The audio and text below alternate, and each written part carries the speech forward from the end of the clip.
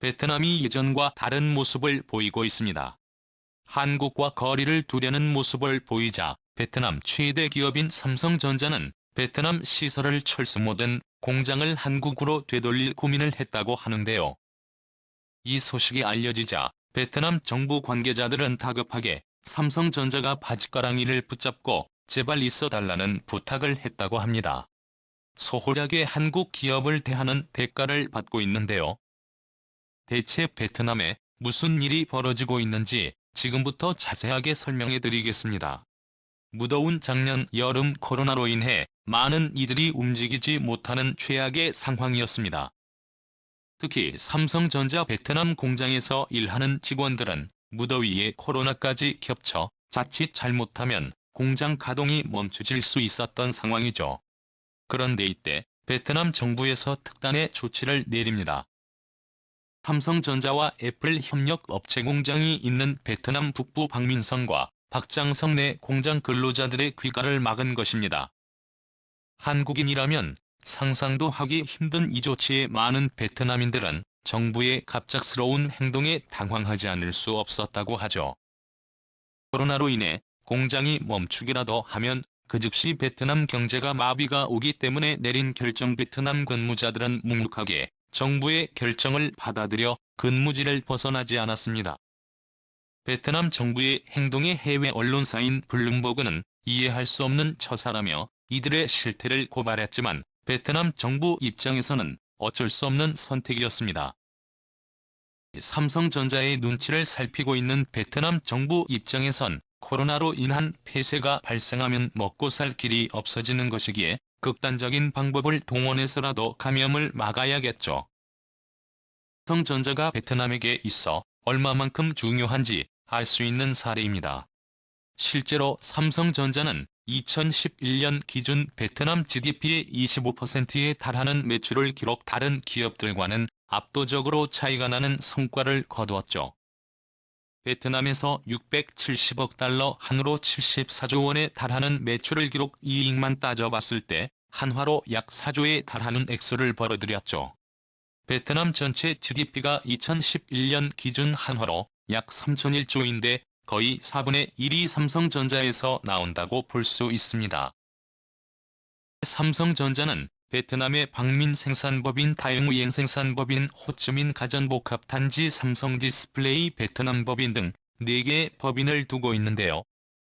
그 중에서 상당한 비중을 차지하는 곳이 바로 스마트폰을 담당하는 SEVT가 이익의 상당 부분을 견인했습니다. 한화로 약 29조에 달하는 이익을 거뒀고 이익만 따져봤을 때 2조에 달하는 성과를 이뤄냈죠. 당연히 베트남에선 삼성전자가 매우 중요한 고객이면서 나라 경제를 지탱하는 거대한 기둥이라고 볼 수 있습니다. 총리가 직접 삼성전자를 찾아와 제발 살려달라고 할 정도로 삼성전자가 베트남에 차지하는 위상은 남다릅니다. 끈하게 관계를 유지하는 모습을 보인 삼성과 베트남. 그러나 그들의 밀월 관계에서 최근 균열이 발생하고 있습니다. 바로 베트남이 보인 탈한국 움직임 때문인데요. 부터 시작된 미세한 균열은 점점 큰 파장을 불러일으켰습니다. 베트남은 코로나가 심해지면서 한국을 비롯한 외국 관광객 출입을 엄격하게 통제하는 모습을 보였습니다. 삼성전자를 필두로 한 한국 기업인들이 베트남에 드나드는 것에도 굉장히 민감한 반응을 보였죠. 아시아나 항공 회항 사건이 대표적입니다. 하노이 공항으로 향했던 아시아나 항공 여객기가 베트남의 갑작스러운 출입 거부로 인해 원래 목적지였던 하노이가 아닌 꽝린, 성건동 공항에 도착한 곳입니다. 심지어 베트남은 이제부터 아시아나 항공을 통해 하노이로 오는 여객기는 번동공항으로 갈 것을 일방적으로 지시, 사전에 공식 통보도 없이 무례한 행동을 저질렀습니다. 이것만 아니라 코로나 시기에 베트남 정부가 보인 기묘한 행동은 한국 기업들의 베트남 투자를 꺼리게 만들었죠. 베트남은 4차 코로나 유행이 한창이던 지난 6월 백신 조달이 여의치 않자 한국을 비롯한 외국 기업에게 손을 내밀었습니다. 노골적으로 자국 백신 구매비를 기업들이 네덜란드 태도의 기존에 좋은 관계를 유지하던 한국 기업들은 갑작스러운 베트남 정부의 불통에 당황하지 않을 수 없었다고 합니다. 이런 적이 처음이었기 때문이었죠. 10년 이상 베트남에서 교육하던 이들도 베트남의 일방적인 행동에 놀라며 한국에게 항상 따뜻했던 베트남의 돌변에 충격을 받았다고 말했죠. 삼성전자도 예외는 아니었습니다. 베트남 정부의 과도한 방역 정책도 삼성전자 사업에 방해가 되었는데요.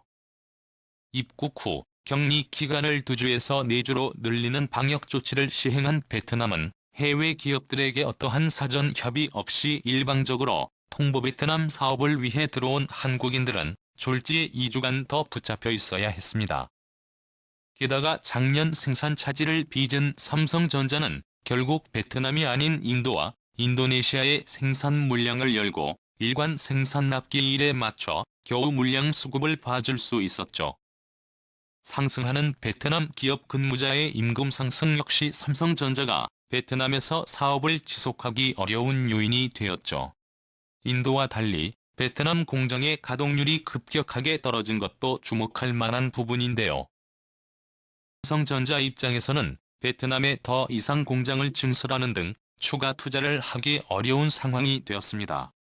이 틈을 타 인도는 삼성전자를 향해 러브콜을 보내고 있습니다.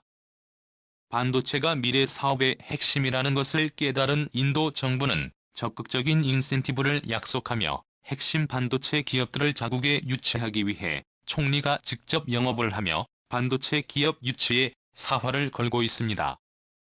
그 결과로 대만 TSMC는 인도 뉴델리에 75억 달러 약 8조 원 규모의 반도체 공장 투자를 놓고 인도와 협상을 하고 있습니다.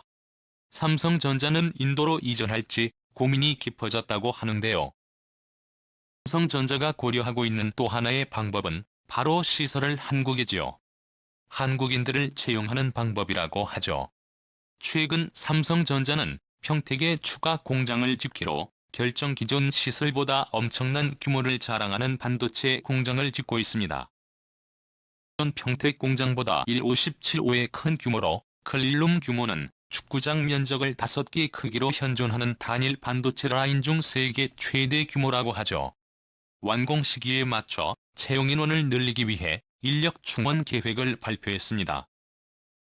코로나로 인해 인건비 상승 압력이 거세지면서 그동안 싼 인력을 고용할 수 있었던 베트남 시장이 더 이상 매력적이지 않고 가동률 저하 위험도 겪어야 하기에 한국으로의 복귀 카드를 전자는 심각하게 고려한 것이죠. 과거 미국 테일러식 공정이 결정되기 전 삼성전자는 한국 부지도 물색하고 있으며 적절한 도움을 받지 않을 경우 한국에 추가 공장을 짓겠다는 발언을 했기에 베트남 공장 철수는 허허는 아니라고 할 수 있습니다. 베트남 공장을 삼성전자가 철수하지 않을 것이라는 안일한 기대를 품었던 베트남 관리들을 삼성전자의 움직임에 충격을 받았습니다. 베트남은 그동안 무시했던 한국을 다시 찾으며 삼성전자 마음 달래기 나섰죠. 진 베트남 총리는 삼성전자 베트남 지사를 방문 현재 좋은 실적을 거두고 있는 삼성전자에 대해 극찬을 보내며 삼성이 LA부터 Z까지 투자를 확대하는데 가장 유리한 조건을 준비하겠다며 저자세를 보였습니다. 특히 배터리 공장 부지를 찾고 있는 삼성이 투자를 유도하기 위해 배터리 공장 투자를 위한 최적의 부지를 찾는데 정부가 나서겠다며 삼성에 투자를 요청하는 모습을 보였습니다. 게다가 삼성 계열사인 삼성물산의 6천억 규모 발전 프로젝트까지 베트남 정부에서 밀어주는 모습을 보이며 한국에게 그동안 소홀했던 모습을 보상하겠다는 의지를 드러냈죠. 민 동남쪽 23거리에 위치한 온계화력 발전 프로젝트에 삼성물산이 참여 가스 터빈과 스팀 터빈을 비롯해 각종 변전소와 송전선로를 건설할 계획이라는 내용이 언론 보도를 통해 나왔습니다. 그동안 삼성전자가 베트남에 있던 것을 당연하게 여기던 이들이 삼성전자의 이전 움직임에 화들짝 놀라 삼성을 챙기려고 하는 곳이죠. 베트남을 배제한 미래 전략을 생각하던 삼성은 베트남이 다시 삼성을 챙겨주자 베트남에 남는 것이 이득인지 혹은 한국으로 돌아가는 것이 더 나은지 개선 중이라고 하는데요. 과연 삼성은 어느 선택을 하게 될까요? 총리도 긴장하게 만드는 삼성전자의 위협에 박수를 보내며 앞으로 베트남이 한국을 배신하는 일이 없기를 기원하겠습니다. 시청해주셔서 감사합니다.